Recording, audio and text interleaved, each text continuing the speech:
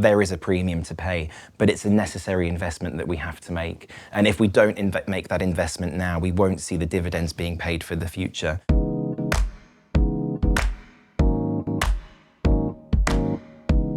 Can you tell me about how you got started with the Jeans Redesign? So I think for us, it was really about trying to understand what is recyclability, what is durability, what does that mean in practice? Using jeans as kind of that prototype to understand how you actually physically make an item of clothing more recyclable.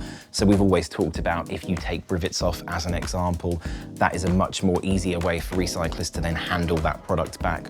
Or durability, what does that actually mean? You know, you have an emotional relationship to your clothing that keeps it in use, but then what's that physical element of durability, and how do we measure that? How do we objectively demonstrate that? So really the Jeans Redesign helped us to kind of understand what those theories look like in reality.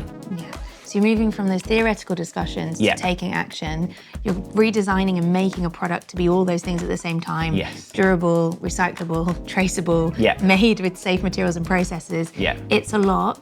What did you have to do in your organization to actually make that happen? We created a training program, very much again inspired by the foundations of the vision of the foundation, that can help those guys understand in the first instance, what is circularity, what is the circular economy, what are the things that we can do that will help make a product more recyclable, more durable, made using more sustainable materials. How do we start to put those things together? What trade-offs do we need to make? What things do we need to consider that maybe we've not considered before? So really, for me, it's about training, it's about education, supporting our teams to take them on this journey that we are all on together to understand how you put theory into practice. You've talked about training, that's an investment. Also through the Jeans Redesign project, talking with the 100 organizations, we know that they've made lots of different investments to be able to redesign these products, bring them to life for the very first time. That also includes kind of paying premiums to maybe source organic content, different hardware components that are disassemblable, recycled content to source and certify that. All of that costs money. Totally. How does that play out for Primark?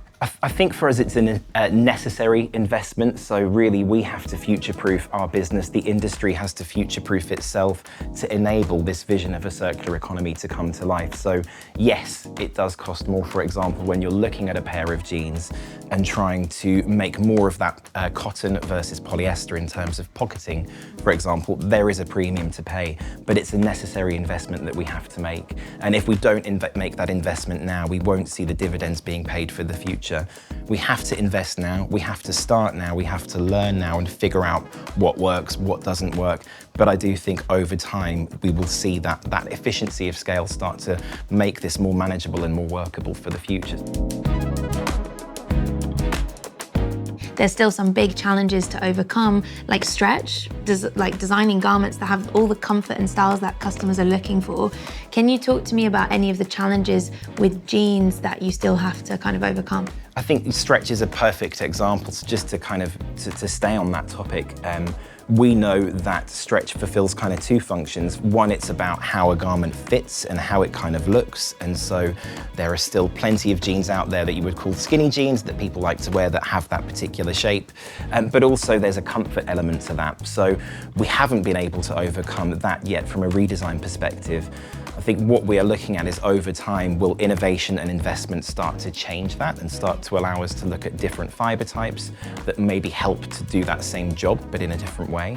But equally, you know, the challenge that we lay down to our buyers and our design team is how do we design into the problem? So that's where you'll see some of the products that we've been looking at that are maybe more of a wider leg, a different silhouette, that kind of naturally leans into the properties of the redesign. So there's different ways that we can tackle that problem. And it's something that we don't have a single answer for. It's going to take time for us to learn and scale some of the solutions to that challenge. So can you tell us why is stretch such a problem? When you add stretch into a pair of jeans, you use a fiber called elastane. generally that makes that item much harder to recycle. Recyclers would look at that and say that's much harder for them to take and to work with. So stretch is a problem today, but we think there are innovations, things in the future that might help us to overcome that problem, both from a design and from a technical fabric innovation perspective. So what I'm hearing is there's some things like removing rivets where this is not a technical capability question. It is a simple design choice. Are you putting it on or are you not? There's other stuff like jeans with stretch where actually there's a bit of a material innovation challenge and we still need to invest to overcome that. Yeah, absolutely. And I think it's that how do you start to bridge that gap between the products that we have today, the products that we know we want to have for the future. Is that gap going to be solely driven by design or innovation or a mixture of those things? And also in changing customer expectations of what a sustainable product looks like. So I think in reality, it's a mix of all of those things that will help us bridge that gap to what we want to get to the future, which is more recyclable, more durable, more circular products. And building on that, when we're talking about products there, it's how also we are going to interact with those products in the future. So putting all this time, money, investment into redesigning these products so they are durable, so they can be reused, so they can be disassembled, so they can be remade. And we've seen some of the labeling on your products that talk to customers about that. What type of activities are you exploring to help keep products in use? It's a really good question. I think one of the things for us that's fundamental to keeping products in use is repair. It's something that we're really proud of. It's something that we've been working on very closely for the last 2 years. So we have repair workshops that we've scaled up over the last 2 years to over 100 stores in 5 countries. Those are really kind of simple, easy to understand workshops that any customer can sign up to. They're free of charge. And really the goal of that is to help customers upskill themselves, get confident in using a needle and thread very simply to both repair or upcycle a garment so that it can stay in use, that you can love it for longer. And one of the things I've heard other organisations talk about through this kind of journey of the project is that it helped them build confidence. It changed the way their teams, work together internally, but it also forced them to focus, to go from saying like, we don't know where we're going, we don't know what we're going to achieve, not even being able to really agree on what good looks like, to actually committing to something and committing to publicly report on the progress you make against it, and really shifting the conversation from what are we doing to, oh, okay, we're doing this, how do we now make this happen? Did that look similar for Primark? I think for me it was, again, I come back to it's having something that you can physically say, this is the thing we want to do, we need to do more of it, this is what we think it entails. There's no one-size-fits-all approach. We have to test and learn, we have to try, we have to adjust, but this is kind of the direction of travel, and I think that real-world example, it just helps people focus their minds on, oh yeah, I can do that, we've done it, so we can do more of it. It really helps promote what's possible. Ultimately, what you're describing is trying to create a world where the circular economy is just the norm.